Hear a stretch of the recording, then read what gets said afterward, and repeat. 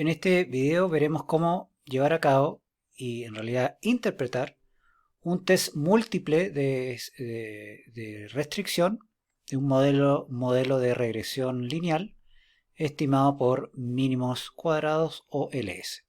Para esto vamos a utilizar el mismo ejemplo que habíamos visto en un video anterior, donde teníamos nuestro modelo poblacional en que queríamos estimar la dependencia del logaritmo del salario de los jugadores de béisbol en función de los años en la liga, el promedio de juego y una serie de otros parámetros que tienen que ver con la performance, ¿ya?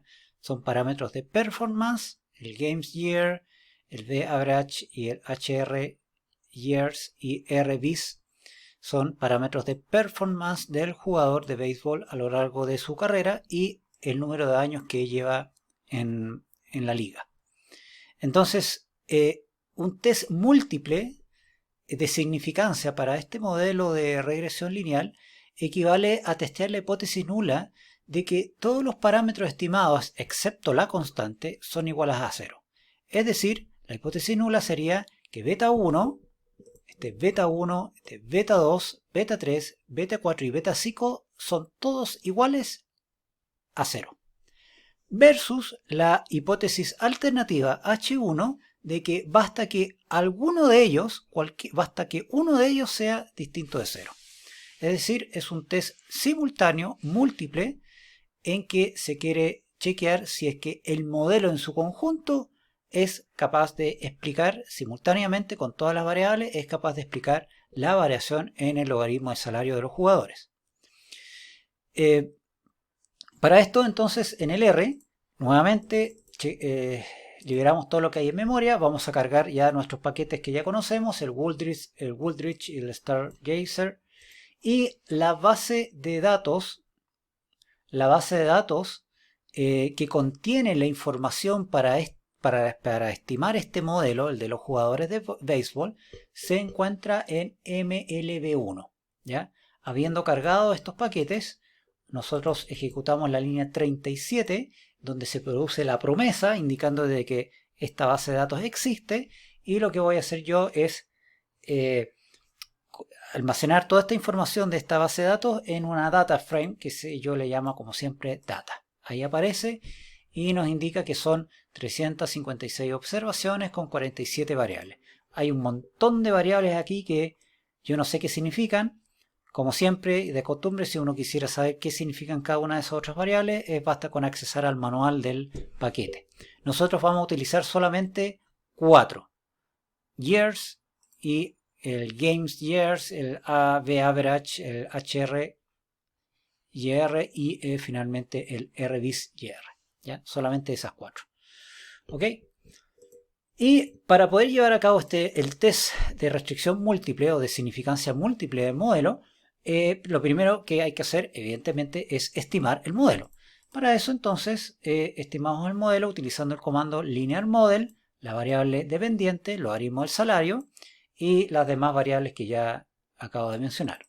Vemos que el modelo se estima en forma inmediata y para poder observar los resultados de la estimación, hacemos Summary Model y aquí está la información. Aquí nuevamente nos vamos a dirigir directamente a la interpretación de los coeficientes. Vemos que los únicos dos coeficientes significativos, o los tres, digamos los únicos tres, son el del intercepto, naturalmente, y el de la cantidad de años que lleva en la liga, y el de Games Year, que es el promedio de juegos jugados por año. ¿ya? Ambas positivas, lo cual indica que tanto Years como Games Year tienen una relación directa proporcional con el salario. Y ambas son significativas, bastante significativas, al 0,1%, el p-value es prácticamente 0, y vemos que el resto de los parámetros estimados no alcanza a tener significancia. Noten ustedes los p-values de los parámetros, de los t-tests son bastante altos, son mucho mayores que 10%, mucho mayores que 10, que 0.10. No hay significancia ni siquiera al 10%. Ok, Entonces, ¿qué más tenemos? Tenemos aquí, bueno, aquí tenemos el error estándar de los residuos, que es 0.7266. Esto corresponde a la desviación estándar de los residuos. Dato importante, 347 grados de libertad, todos los valores t, el estadístico t acá, se distribuyen t-student con 347 grados de libertad. Luego nos aparece el r cuadrado, que es de 0.6278. Y aquí aparece lo que nos interesa en este video, lo que estoy subrayando acá. Recordemos que para poder hacer este test de restricción múltiple, este test se basa en un estadístico que se distribuye f de Fisher, con número de grados de libertad en el numerador y en el denominador. El número de grados de libertad en el numerador es k. K es el número de parámetros que nosotros hemos estimado menos 1. ¿Cuántos parámetros hay? Hay 1, 2, 3, 4 y 5. El intercepto no se cuenta, son 5. Es decir, este estadístico F que nos dio 117.1 tiene 5 grados de libertad y 347 grados de libertad en el denominador. ¿De dónde salió ese 347? Es el número de observaciones, que son 353 menos 5 menos 1. Eso da 347. Entonces lo que uno hacía antes es ir al libro de estadística, al final ir a una tabla F y buscar cuál es el valor crítico de F con 5 grados de libertad y 347, por ejemplo, para un test de significancia de este test al 5%, y uno comparaba ese valor F crítico con este valor de 117.1.